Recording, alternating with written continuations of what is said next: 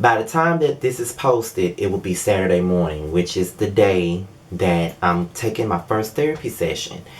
And I know I've spoke about this on videos that I was going to go to therapy and try to get my anger issues and just other things that have been holding me back, all the emotional baggage that's been holding me back out. I've been very much on like edge all day because I know that tomorrow, which is today rather, when the video was posted, is my first therapy session. And I know that it's going to be emotional. I'll be revealing things that I never really revealed out loud. I'll be talking about things that really got me to where I'm at mentally today. And I don't like emotions. I don't like to tap into emotions at all. It's not my strong suit. I'm very detached. I don't know how to handle emotion. But I really had to pray and take a deep breath before I did this video. Because this video was in the works all week. And I was supposed to do it last night, and I just said I'm not going to do it because I didn't want to. But I just said I want to tell my story. I've talked about this from the moment I got on YouTube. I'm an advocate for anti-bullying. And I just want to tell my story. And I just want you guys to imagine yourself being in my shoes.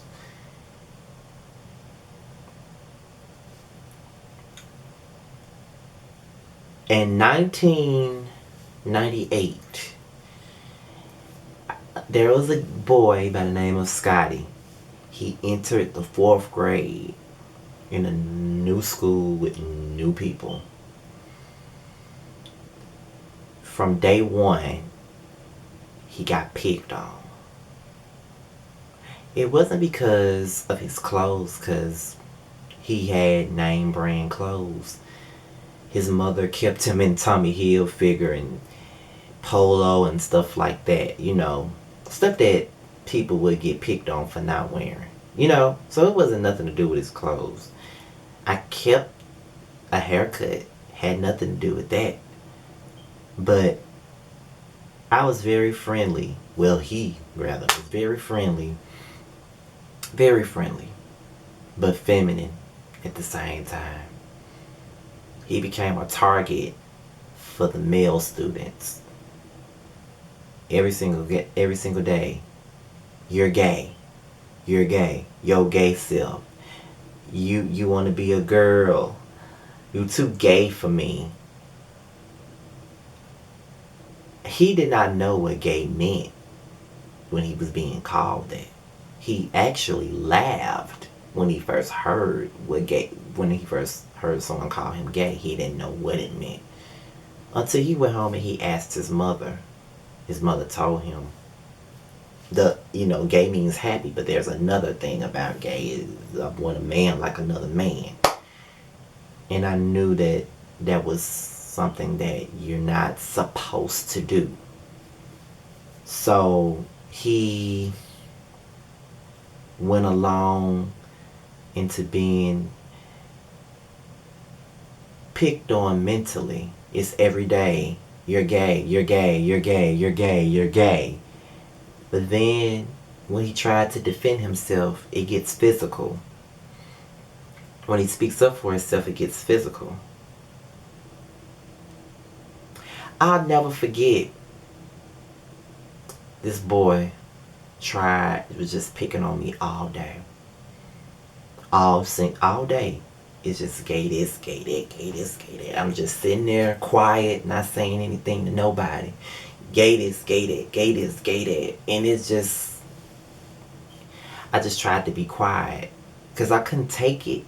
But I took it just so they would leave me alone. He just kept going in on me and I just told him to leave me alone. What did he do?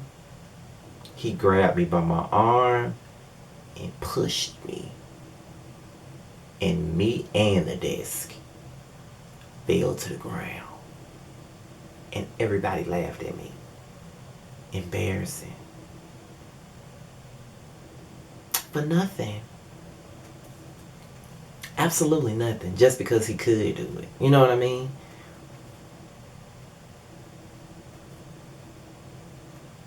Fifth grade, the bullying continued. And it got very intense. It went from a mental thing to more physical. I was sitting in the gym one day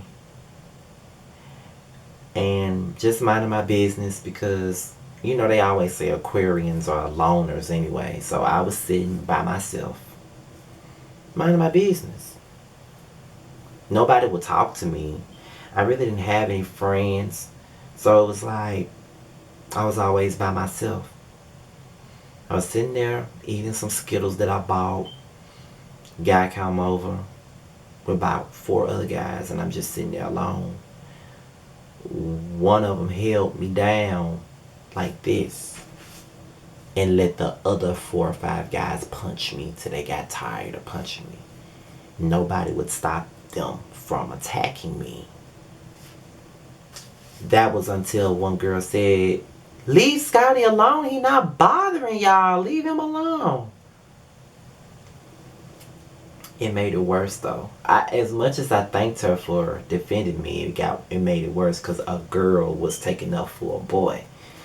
So now I'm a punk bitch and all of this other stuff. But they were bigger than me, and I was like, yay, skinny. I think I'm skinny now. I was very skinny then. I cried, and of course that gave them a lot of satisfaction.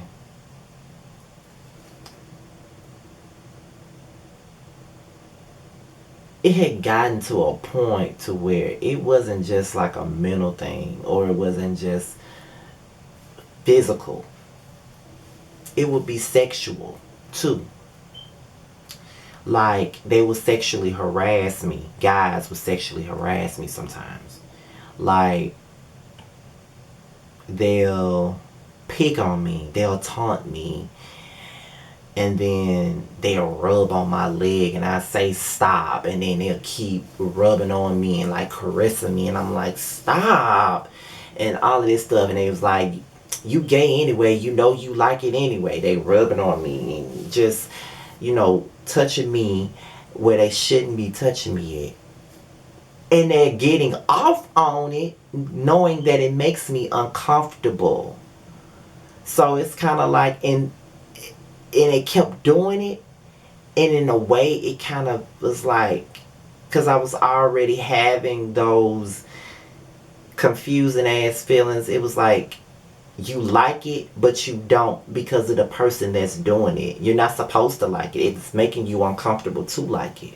So it's like they're doing this and rubbing on me, and I'm in a bathroom trying to take a piss in a urinal, and one of them walk up on me like, I'm like, you know, my ass right here, then they walking all up on me. It's like stuff like that. And they knew that it was uncomfortable, and they knew that I didn't like it.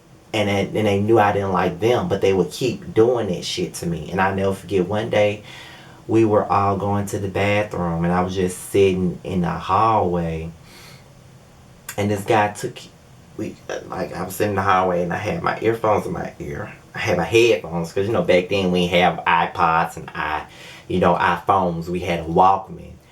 And I had my Walkman in my hand, just jamming and sitting on the floor of the hallway, waiting on them to get done with the bathroom before we go out, go to the gym.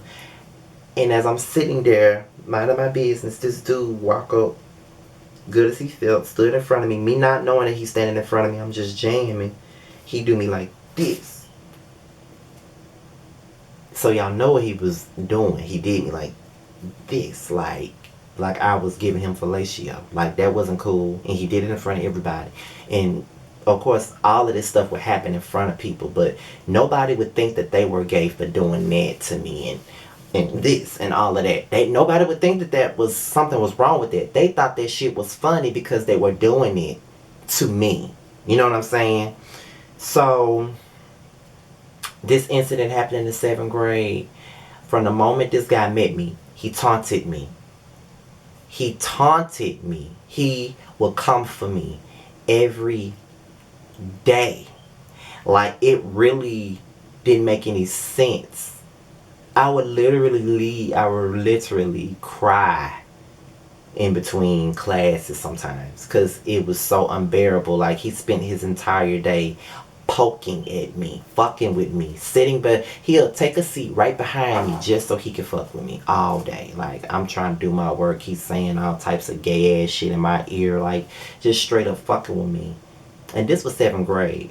So I really wasn't feeling those type of feelings then, but it just kind of felt like the more that they accused me of that and the more they forced it all upon me, the more of the feelings that I got from it. And I'm not gonna say that, somebody coerced me into doing it, but it's just like, for a long time I didn't think I was gay. When people used to call me gay growing up, I didn't think that. I used to defend myself and try to fight against it because I wasn't having those feelings. But it's like the older I got, the more I got those feelings, those sexual feelings for other guys. But I knew I wasn't supposed to have them. But I still would defend myself against them though, because I wasn't acting on them. So I felt like because I wasn't acting on them, then it wasn't true. This dude would fuck with me all the time. It's so disgusting. He blew his nose in like some notebook paper, and I'm thinking somebody passing me a note. Somebody passed me like a folded thing of notebook paper, and I opened it and it was his mucus in the paper. And everybody laughed again. Picking on little Scotty all over again. So one day, we were in the gym. Our teacher wasn't here. I was, again, sitting by myself. I did have friends by then. They were girls, though. Most guys didn't want to talk, didn't want to hang out with me because of the gay thing. Everybody said I was gay, so they didn't want to talk to me. So, I was sitting there alone. Dude sat next to me.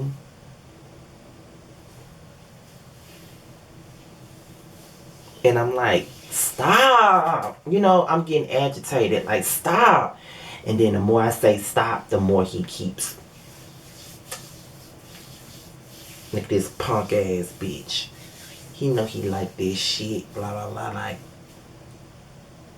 Like, you know what I'm saying? Like, back up off of me. You know what I'm saying? And he just wouldn't leave me alone, bruh. Like, he just would not leave me alone. Wouldn't leave me alone.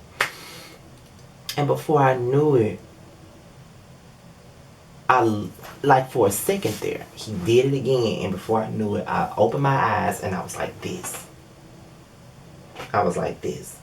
My foot was up like that. And his nose was bleeding. I blacked out and kicked this dude in his nose and didn't know it.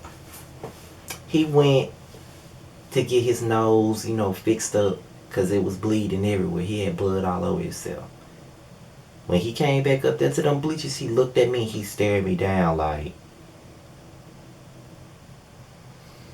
I was so scared. There was nowhere I could run either. But I didn't want to run because if I ran, then everybody was going to make them fuck with me even more. But it was like, what do I do? What do I do? He lunged at me, and before I knew it, I dove up under the bleacher and I balled myself up like this so he couldn't get to me. And they grabbed him and kept him away from me. He said he was going to fuck me up after school. So there was 2 ways to get out. There was the 6th grade gate. There was the gym gate. Everybody went out that 6th grade gate. And the 6th grade gate was the quickest way for me to go home. Because when you go out that 6th grade gate, my house was like literally a block away from the school.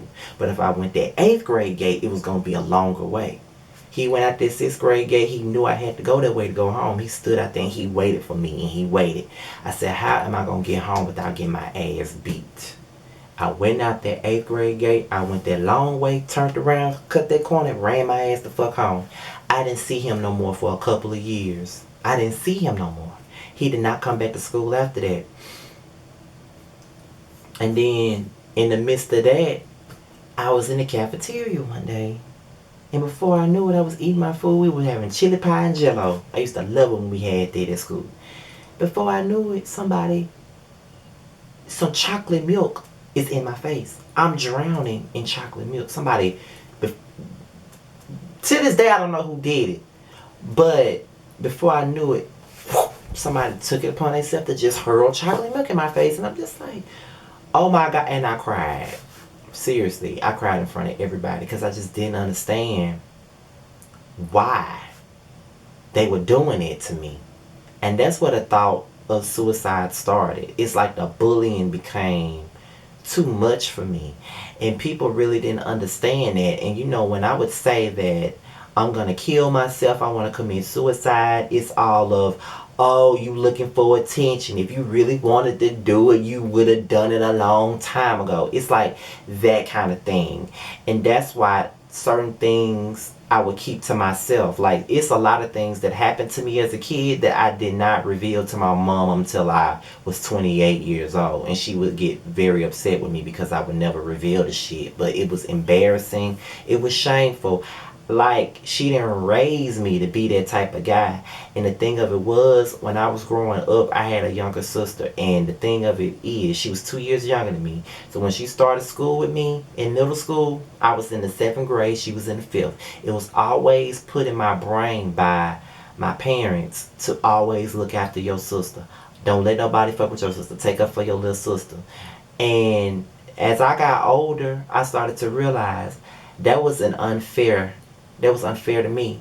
Because how can I defend her? How can I look out for her when I can't defend myself or look out for myself? So how do you expect me, wimpy, weak ass, defenseless Scotty, to look after a whole nother person when he can't even look after himself? She didn't have those problems. She could defend herself with a heartbeat. She was a fighter. I never was one. So she could defend herself. I could not defend myself. So how do you expect me to defend her when I can't defend me? And nobody was defending me. So I was like, I had to deal with it on my own. So the older I got, the more it fucked with my brain. So it was hard to be around other kids that I didn't know because I always expected someone to talk about me. Like, I could be walking through like, I'm gonna get into that later, but it's like, when I got to high school, it really became too much. Like, they always fuck with me because of the way I talk, the way I hold my lip, the way I walk. I'm just gay. I'm this, I'm that, I'm this, I'm that. Then, you know, they continue with the sexual shit, like rubbing on me and touching on me and talking about call me and making jokes in front of everybody. Like, we gonna fuck after school. I'm gonna burn a hole in your ass when we get out of school. Watch, I'm gonna hump the fuck out of you after school. Like, saying shit like that. Like, and everybody think it's funny. But if I said something like that, then I would be crucified. But people thought that shit was funny. Like, you don't see this supposed straight guy calling me, you know, saying he gonna fuck me after school. Like, that shit wasn't cool to me. It wasn't funny to me. They would hit on me every day. Like, you know, I even be walking down the hall and a dude that's bullying me would hit me on the ass and embarrass me. Straight up. You know, like, I didn't understand it. I didn't even realize it was sexual harassment, honestly, till I got older. Because it was happening so much to me that I didn't realize it. But at the same time, it's sexual harassment, but you already got these confusing ass feelings, so you feel like you like it, but you're not supposed to. It's sexual harassment. It's just like it's crazy. So, it's like, that's going on, and by that point, I just started speaking up for myself. By the 11th or 12th grade, I was sick of it. Like, I got sick of the bullying. I got sick of being fucked with every day. Like, when I first got to high school, I would have pepper spray in my book bag. I have kitchen knives in my book bag. I have sticks in my book bag, stun gun, everything you named. I would have it in my book bag because they were fucking with me so much. It was just too much for me. And it's bringing out some kind of emotion right now just talking about it, because I remember every fucking incident like it was yesterday. Everyone. All these incidents, sometimes I wish I could black it out, but I can't. I got out of high school. Although the bullying stopped, my mental state was fucked up. When I went to college, my first semester, staying on campus, you know, when you live in a college life, that's the best time. It wasn't for me. Why? Because I stayed in my room. The only time you saw me come out of my room is to go to class, go eat, and go back to my room. I did not mix and mingle with nobody. I didn't talk to nobody. I didn't want to get to know anyone. I was fine by myself. My cousin was my roommate, and he was more sociable than me. And everybody thought I was crazy because I was kind of like an introvert. I didn't want to talk to nobody. I was fine being by myself. I would eat alone. Sometimes I wouldn't even eat in the cafe. I just take my food to go and eat it in my room and keep it moving. Like I just secluded myself from everyone. And I could be walking to class, and if I see a big ass crowd, knowing that that's the quickest way to go to class, I go the other way. I hate walking through crowds. Even now, I hate walking in the mall through the food court and everybody looking at me. It's the worst feeling ever. I hate that. I hate it with a passion. I hate it. I tense up when so many eyes are on me because I feel like they're talking about me, or I feel like they're making fun of me. Or if I hear people laughing, I automatically get on the defense and want to fight because I think they're talking about me. Because I'm used to everybody talking about me. Sometimes a small joke can be this big to me. Because I'm used to these jokes being this big. People can joke with me and I think they being malicious because for most of my life, they were being malicious. So you can't blame me for thinking like that. It's not right, but that's the way I was thinking because that's the position that they put me in. And so it wasn't, it was a lot. Too much. And it's like I'm starting to get better, but I do have an anger issue. Like I tend to hold things in. I bottle stuff up. So I don't really talk about my problems. I don't talk about what I'm going through. I really don't. But when I finally release, I explode. And that type of thing just fucks with me. And now it's like the moral of the story is when I was getting bullied in school, all I really wanted was for people to like me. All I really wanted was friends. All I really wanted was to be liked. I never wanted nobody to not like me. I always wanted to be that person that everyone liked.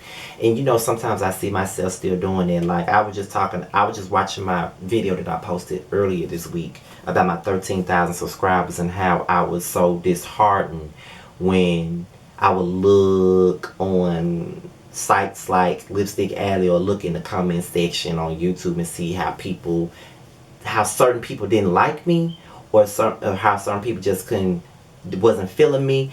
That would hurt me because I would feel like I don't feel like I'm doing anything that's making me unlikable. Like I feel like I'm probably the most likable person, but when I see somebody say they don't, I'm like, well, why they don't like me?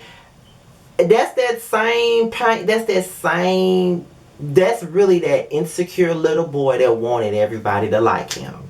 That's why when I got on YouTube, I was afraid because, again, I wanted everyone to like me. I didn't want people to not like me, but there are things about me that people just don't really click with, and that's just what it is. But like, one of my subscribers did a video about a week ago, and I loved the video, and it was about astrology and how Aquarians are always overlooked. Aquarians are always misunderstood. And we're very misunderstood. We're looked at as cold and mean and all of that stuff. But there's a method to my madness, trust me. Not only was I getting bullied at school, but then I had a stepfather that was also a bully at home. It's one thing to feel miserable when you go to school, but it's another thing to feel miserable when you go home. The same things that the kids are saying about you at school, people at home are saying the same thing. So you're getting it in so many different directions. That will break a child's spirit. And you know, it's a struggle, and that's why I'm going to therapy, because I do feel like this is just something that I gotta grow from. I do. That's where the source of a lot of my issues come from. And I noticed that when I had an argument with my mom over the phone at work, I got so angry that I threw that broom across that damn room. That's just how angry I was. Because I keep stuff bottled in. And when you make me mad, there's no talking me down. There's no telling me what's right and what's wrong. Because in that moment, I'm right and everybody else wrong. Because I'm fucking mad. Now, a couple of days later when I'm calm down, I'll apologize. But right then, I'm not saying I'm sorry. You made me mad. So you're going to get whatever I'm bringing to you. You know, that's not a good way to be, but that's just what it is. But I just wanted to do this video because I'm going to therapy today.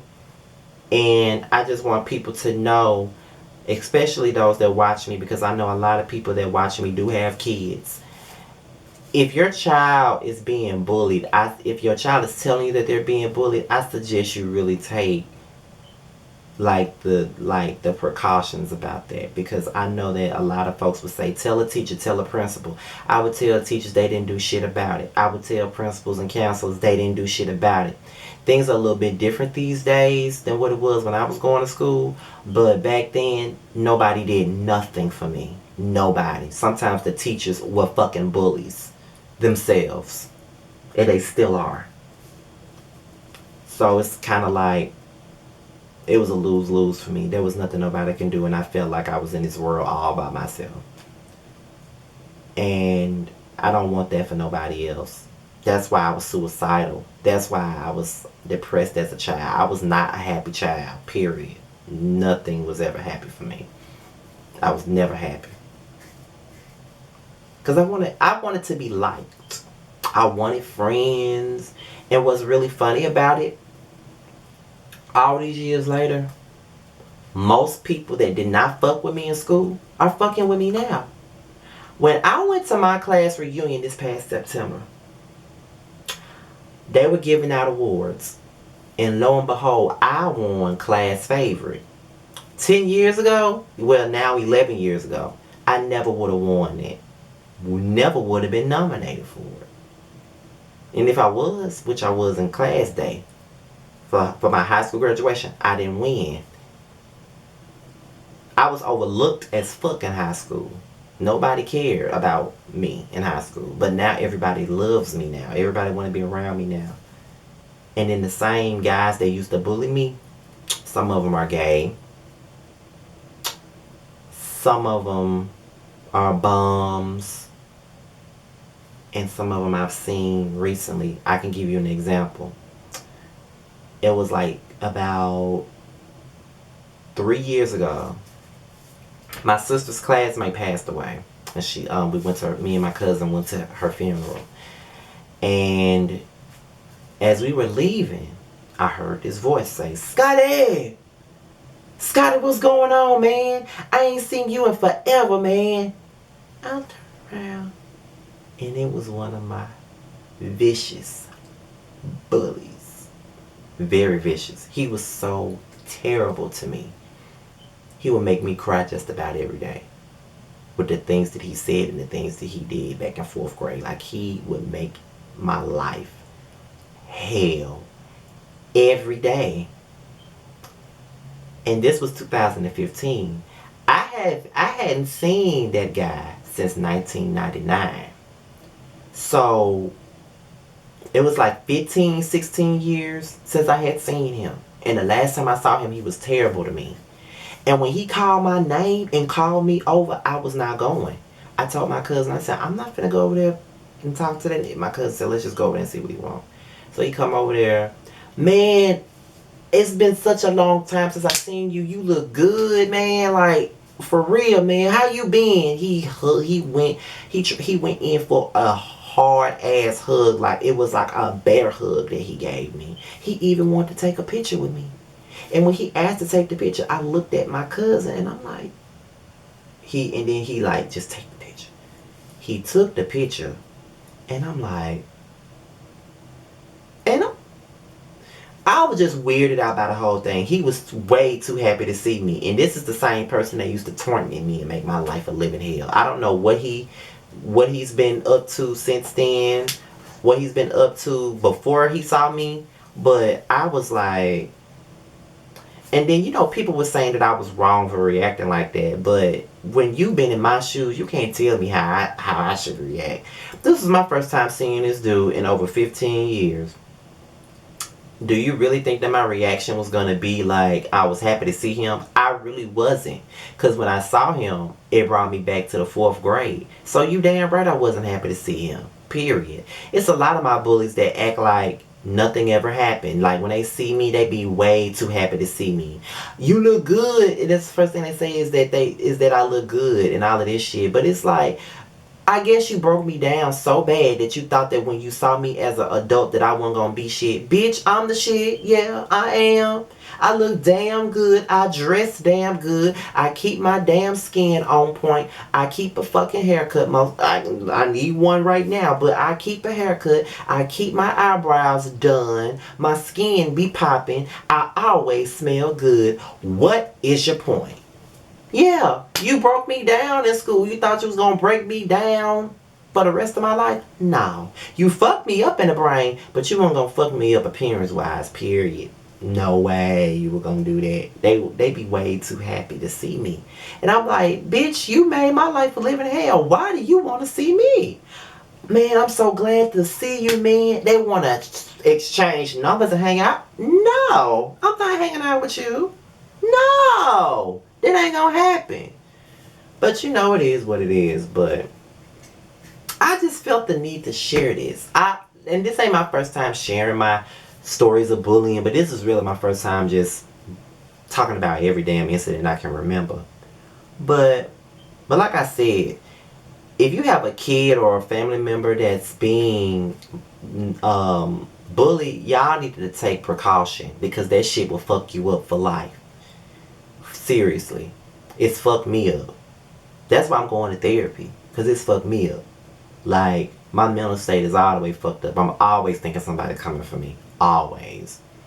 And it's like a sense of that, like, rejection thing. Like, especially when you really, that's just like with my friendship with Justin ending. That really hurt me. Because I loved him. And I really consider him my friend. So when I got shut out, I felt rejected all over again like I did when I was a kid. You know what I'm saying? Like when I was going to high school and me and this guy were best friends, and then all of a sudden he just pushed me away and stopped talking to me for no reason. All because people were saying that I was gay.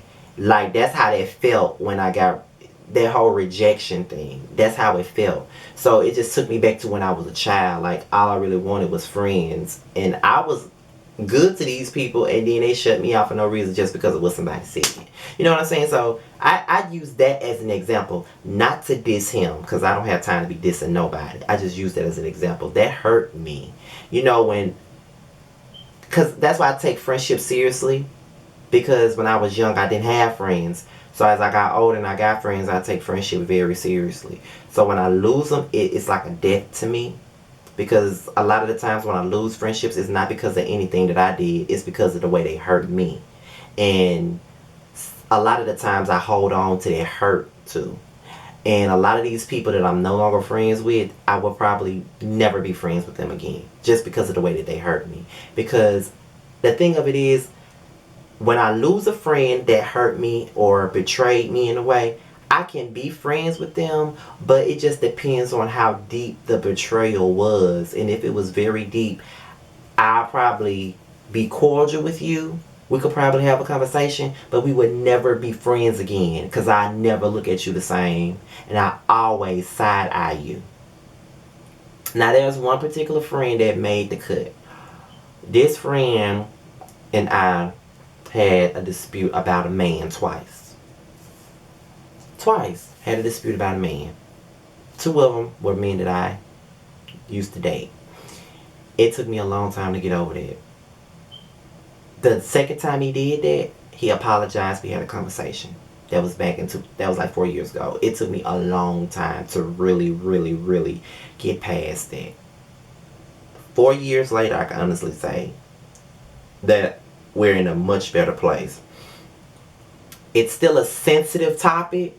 We don't really go there because it does bring up old feelings if we go there. So we don't necessarily go there because it's a tense topic for me. But I was able to forgive him, but I'm never gonna forget. But I can honestly say that now we're in a better place, and I don't have to bring it up anymore. I don't have to be. I don't, cause he showed me that he could be a better friend to me. So when a person shows me that they're doing better, and he showed me, I was able to let my guard down and let it go. Cause for years after we talked and he apologized and I accepted it, it took me like 3 years to really get past what happened. So that's why I always be team Candy when it comes down to forgiveness, because I can forgive you, but I probably never look at you the same, or it takes me a while to really grasp things. So that's just me. But just like, rate, comment, subscribe, share my video. I just feel like school bullying needs way more awareness. I just feel like a lot of people kill themselves over bullying. A lot of people fuck up people's life with bullying. They don't even. And let me tell you something. You never know how a person feels with the things you say. You never know. You never know how you make a person feel when you open up your fucking mouth. You never know. Because for me, as many punches as I took as a child, those words affected me forever. And I'm out of here, y'all. To my Married to Medicine review. I'll talk to y'all later. Peace.